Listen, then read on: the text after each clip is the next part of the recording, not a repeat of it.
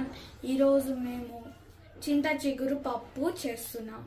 వాటికి కావాల్సిన ఒక ఉల్లిపాయ, 8 పచ్చిమిరపకాయలు, 3 టమాటాలు, 1 కప్పు కందిపప్పు, కడిగి పెట్టుకున్న చింత చిగురు.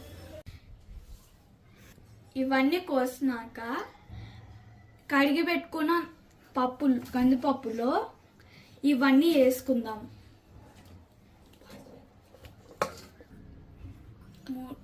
ఇప్పుడు 4 కప్స్ వాటర్ పోయాలి. స్టవ్ మీద 3 విజిల్ వచ్చే వరకు స్టవ్ మీద పెట్టుకోవాలి. ఇప్పుడు గంటతోటి పప్పుని కలుపుకుందాం. 3 విజిల్ వచ్చినాక పప్పు గుత్తితో పప్పుని ఎనుపుకోవాలి. 1/2 స్పూన్ పసుపు, 2 స్పూన్లు ఉప్పు,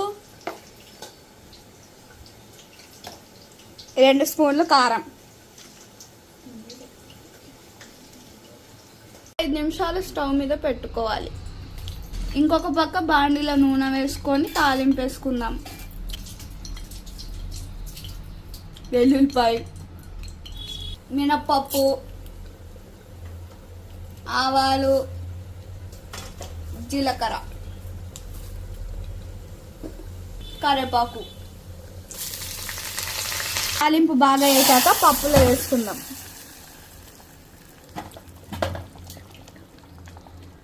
పప్పు అయిపోయింది.